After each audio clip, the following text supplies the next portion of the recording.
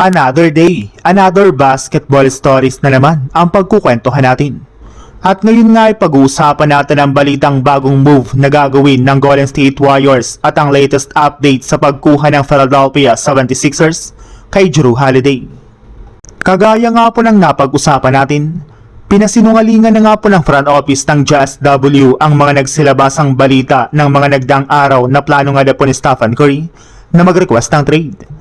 Wala rin naman nga po silang balak na paalisin ito sa kanilang lineup sa mga susunod na season.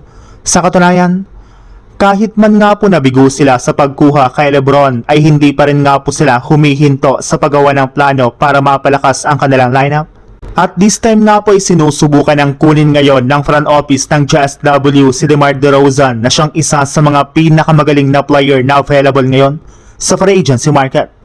Alam naman nga po ninyo na inaasahan nga po na babagsak ang opensa ng Warriors sa hindi paglalaro next season ni Jimmy Butler at Moses Moody.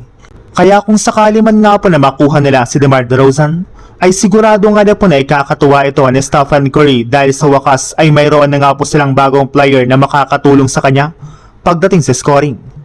Napaka-reliable na rin naman nga po ng scoring ability nito, lalong-lalo na ang kanyang mid-range shooting na siyang mapapakinabangan talaga ng Golden State Warriors. Sa ibang balita naman, kung inyo nga pong matatandaan, kumalat at nagtrending nga po sa social media ang balita na posibleng pagkuha nga po ng Philadelphia 76ers sa kanilang dating player na si Jrue Holiday.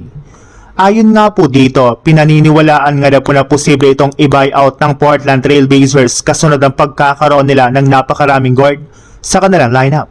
Kung sakali man nga po na makuha ito ng Sixers ay magkakaroon pa nga po sila ng isang legit na defensive player, scorer at playmaker na siya magpapalakas pang lalo sa kanilang bench.